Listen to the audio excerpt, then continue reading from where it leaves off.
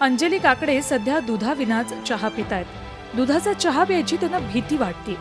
धानोरा गावातल्या दुधाची भीती वाटणाऱ्या एकट्या अंजली नाहीत, अख्ख्या गावालाच दुधाची आता भीती वाटते. 2 दिवसांपूर्वी अंजली काकडे यांच्या गायीचा मृत्यू झाला. या गायीला पिसाळलेला कुत्रा चावला होता, त्यामुळे इन्फेक्शन होऊन गायीचा मृत्यू झाला. पाठोपाठ दुसऱ्या गायीचाही मृत्यू झाला. दुसऱ्या गायीच्या मृत्यूनं ग्रामस्थ घाबरले, कारण याच गायीच्या दुधाचा चहा पिऊन ग्रामस्थांना मळमळ आणि उलट्यांचा त्रास झाला. 100हून अधिक लोकांना विषबाधा झाल्याची बातमी हा म्हणता पसरली. सर्वांवर उपचार सुरू झाले आणि आता गावात दूध औषधालाही वापरलं जात नाहीये. गायच वारली तर व्यवसाय कुठून चालणार आहे? गायच नाही, त्याच्यामुळे व्यवसायच बंद दुधायचा.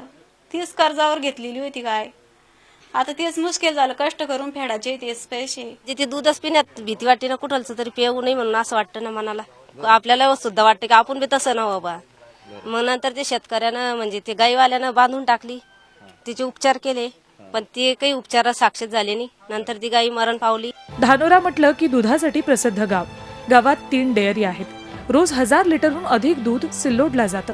पण 2 दिवसात हा व्यवसाय पुरतारसा तळाला गेलाय. गावामध्ये हेच की बा याच्यामधून आपली जनावरं मरतील उद्या, भविष्यात आपली जी रोजीरोटी ती मिळणार नाही. आमच्या गावामध्ये पाणी कमी असल्यामुळे आमचा दुधाचा धंदा आहे आणि त्या दुधाच्या धंद्यावरच आमचा उदरनिर्वाह चालतो. खरी गोम तर पुढेच आहे. गाय कुत्रा चावल्यानं गेली आणि तिचं दूध प्यायल्यानं आपलाही मृत्यू होईल या भीतीनं ग्रामस्थ दवाखान्यात गर्दी करायला लागलेत. सर्वच जनावरं यामुळे बाधित झाली आहेत असं ग्रामस्थांना वाटतंय.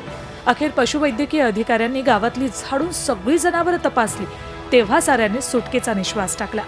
विष बाधा तर याच्यामध्ये होतच नाही. म्हणजे दूध पिल्यानं काही होत नाही, दूध उकळ पिल्यानं काही होत नाही. मी या लोकांना सुरुवातीपासून सांगतो की दूध वाटलं तर मी तुमच्या समोर पितो, होतच काहीच होत नाही.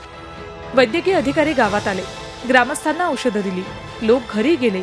त्यानंतर विषबाधा झालीच नव्हती, तर भीतीपोटी काहींना मळमळ होत होती आणि त्याचा धसका सगळ्यांनीच घेतला असं वैद्यकीय अधिकारी सांगतायत. रेबीज असलेल्या गायचं दूध पिऊन रेबीज झाला अशी नोंद आतापर्यंत नाहीये, पण तरीही अशी घटना धानोऱ्यात पुढे होऊ नये किंवा धानोऱ्यातल्या ही घटना पहिली ठरवू नये यासाठी आपण प्रतिबंधात्मक कारवाई म्हणून बऱ्याच सर्वांनाच आपण व्हॅक्सिनेशन केलेलं आहे. धानोरा गाव आमदार अब्दुल सत्तार यांच्या मतदारसंघात येतं.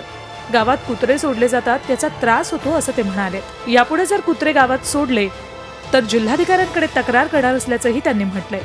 या प्रकारानंतर सत्तार यांनी गावाला भेट दिली आणि न घाबरण्याचं आवाहनही ग्रामस्थांना केलंय.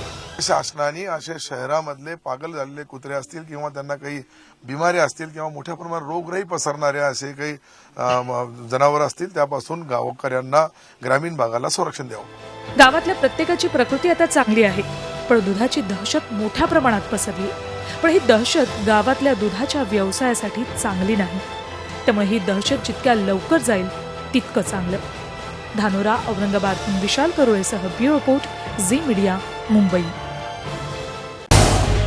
झी 24 तास रहा एक पाऊल पुढे.